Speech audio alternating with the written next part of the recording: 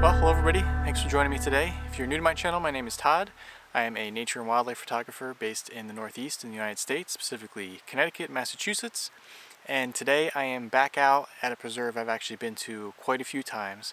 And today's video is going to be a little bit different than my usual ones. Instead of just going out and seeing what I can locate, I've actually been here so many times that I've actually got a good amount of footage from this location.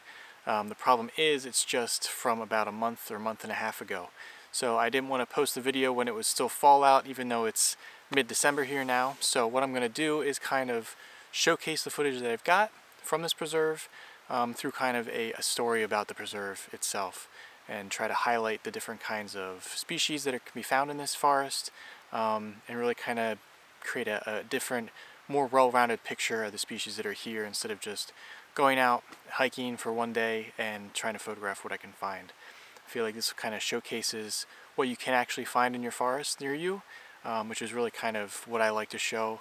A lot of times people get frustrated when they go out into the woods because they go out and they maybe see like 5 different species of birds, but in reality there's a lot more that's out there, a lot more mammals, a lot of different kind of species of birds that can be found.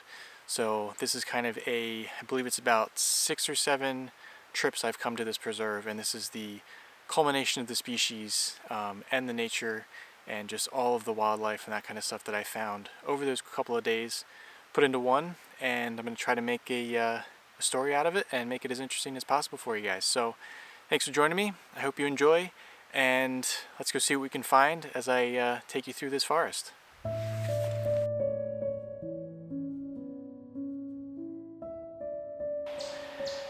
The hills of western Connecticut offer many great places for nature and wildlife photography.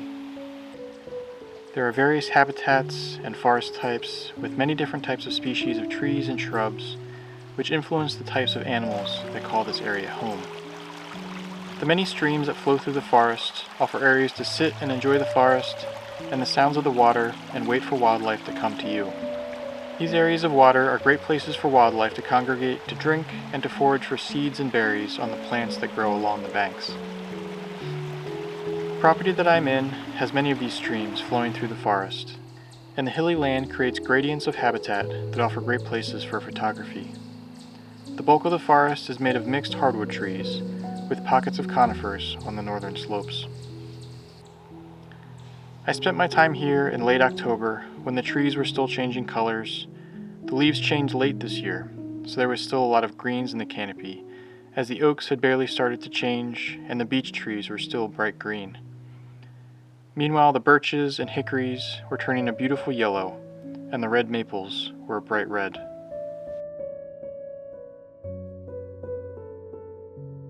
Only a few minutes into the preserve and you come across your first stream.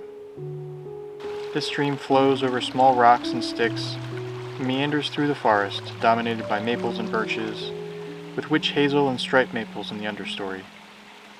The banks of the brook are dotted with Christmas ferns, which get their name because they remain green all year, unlike the other ferns in the forest.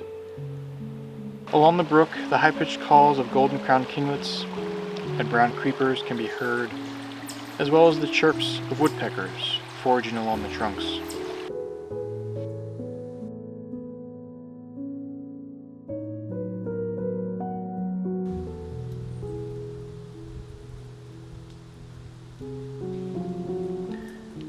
These stream banks are also good places to find fruiting shrubs, like this maple leaf viburnum with its deep purple berries, which offer food for animals. An eye on the forest floor can reveal indications to the forest's history. Rotting stumps are evidence of previous logging activity that once sustained the family that owned this land. Much of the stumps are oaks that were logged for their lumber. As you move slightly higher in elevation, mountain laurel starts to take hold in the understory, providing cover and protection for the many squirrels and chipmunks that are constantly moving about within the forest. This mountain laurel is a shade-loving plant and another evergreen in the forest.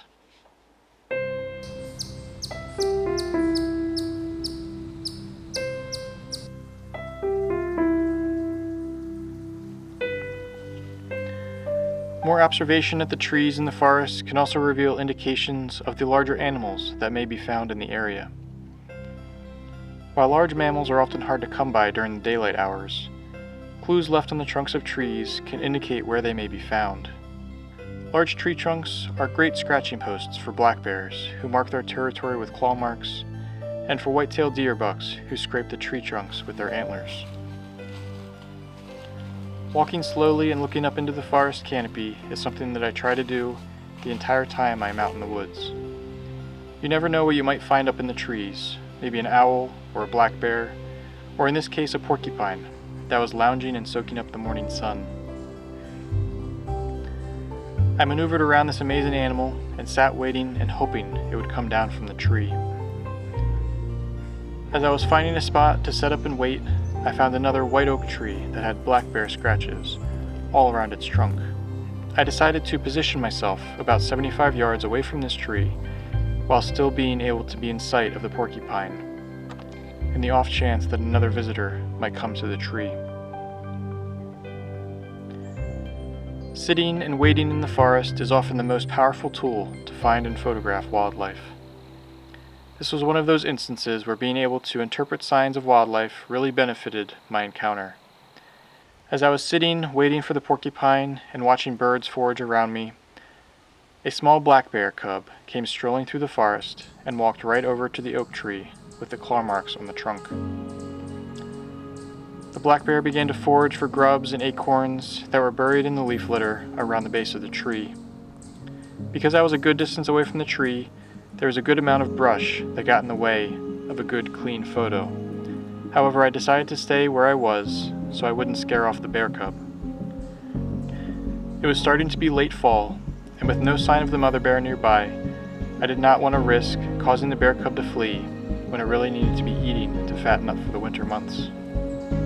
It always amazes me that these large animals primarily consume insects, nuts, and berries, yet they're able to grow so large.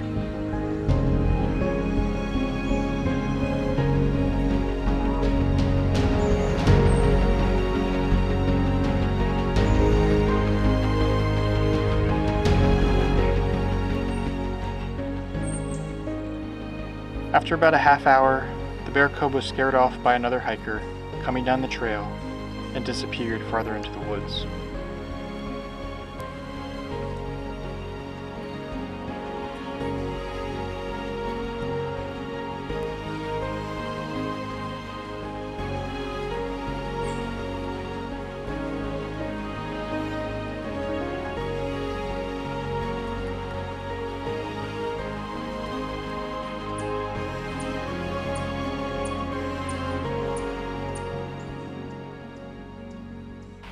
I continued along through the forest, crossing multiple streams and wet areas.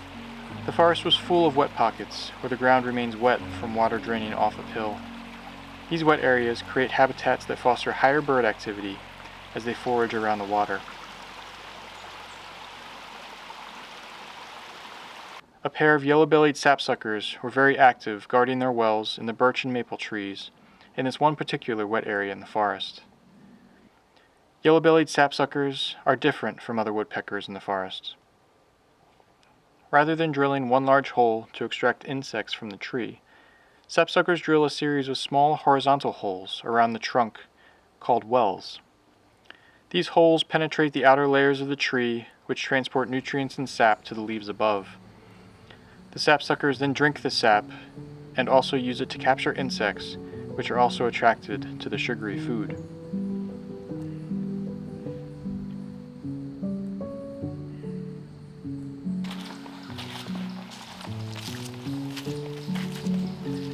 When I'm out in the forest, I always like to look around at the trees.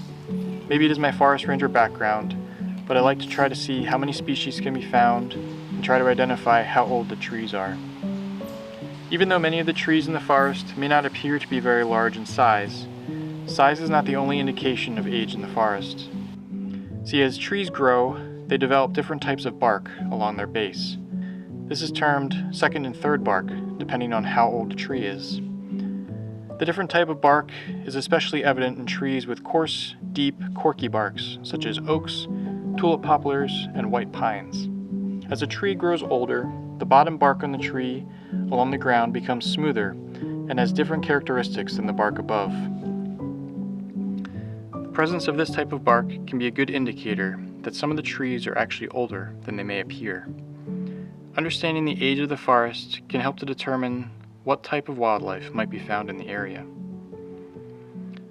Another indicator of the age of the forest can be based on what types of trees have begun to die out and are now laying, decaying on the forest floor.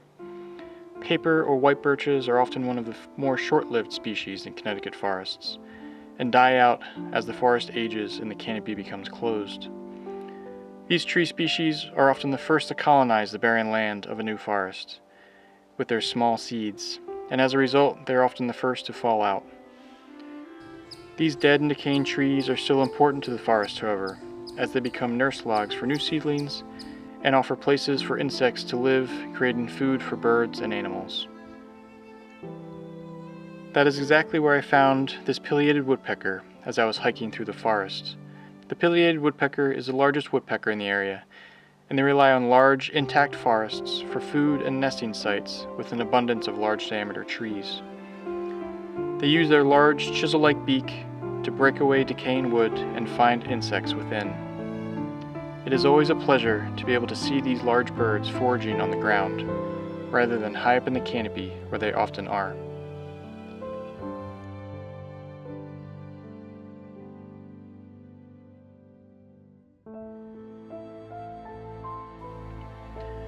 These decaying trees can also be home to different kinds of fungus, further expanding the diversity within the forest.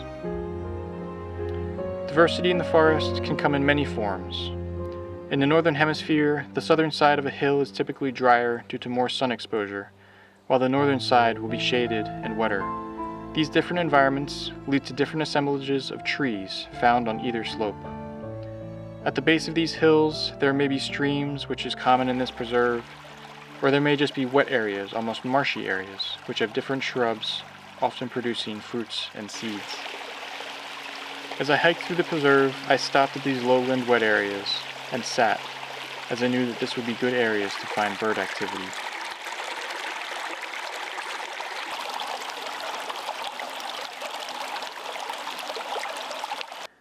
I was able to see a variety of birds foraging about in these areas, many of which were still migrating through the area in preparation for winter.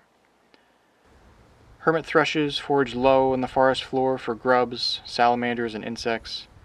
They would perch on low branches and fallen trees to wait for the movement of prey before pouncing and capturing them on the ground.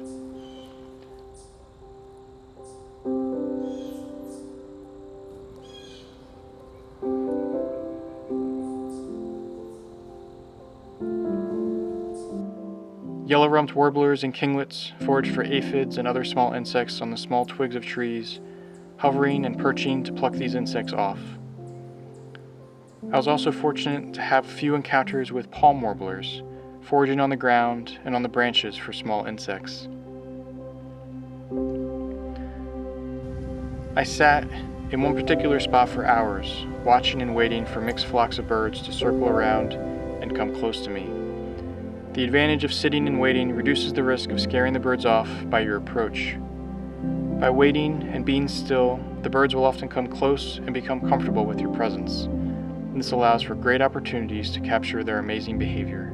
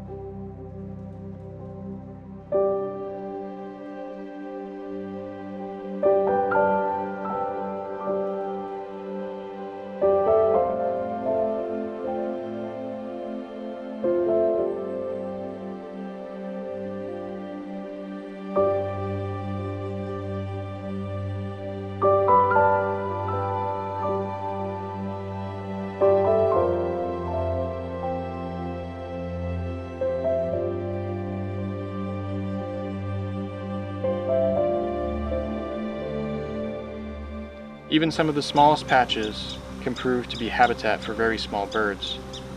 I crept over to a small clump of mountain laurel where I heard the high-pitched shattering calls of a winter wren. I was able to set up and sit, and this little bird came right over to me, investigating what I was doing. It actually came too close for me to focus on several occasions before moving to another clump of mountain laurel. It is important to realize that every day I was out, I was not successful. As in the case with wildlife photography, every day is not going to be amazing. A few times I simply sat listening to the sound of flowing water and trying to enjoy the forest. I hope that if nothing else, this video can show that if you spend a few days at the same area, you can witness all sorts of species and natural wonders. We all have days of going out with intentions of finding and observing wildlife, only to end up disappointed to not find anything. That is part of wildlife photography. Rather than getting discouraged, continue to head back to the same area and search again. You may be amazed what a difference a day makes. Simply enjoying being out in nature, appreciating the trees, streams, ponds, and lakes that create the habitats that make wildlife photography possible in the first place. I hope you enjoyed this video, even though it was a little different from my usual ones. Hopefully you were able to learn something that can help you in your photography and nature studies. And if you did, I hope you'll subscribe and let me know in the comments below what you think and if I should do more videos like this one.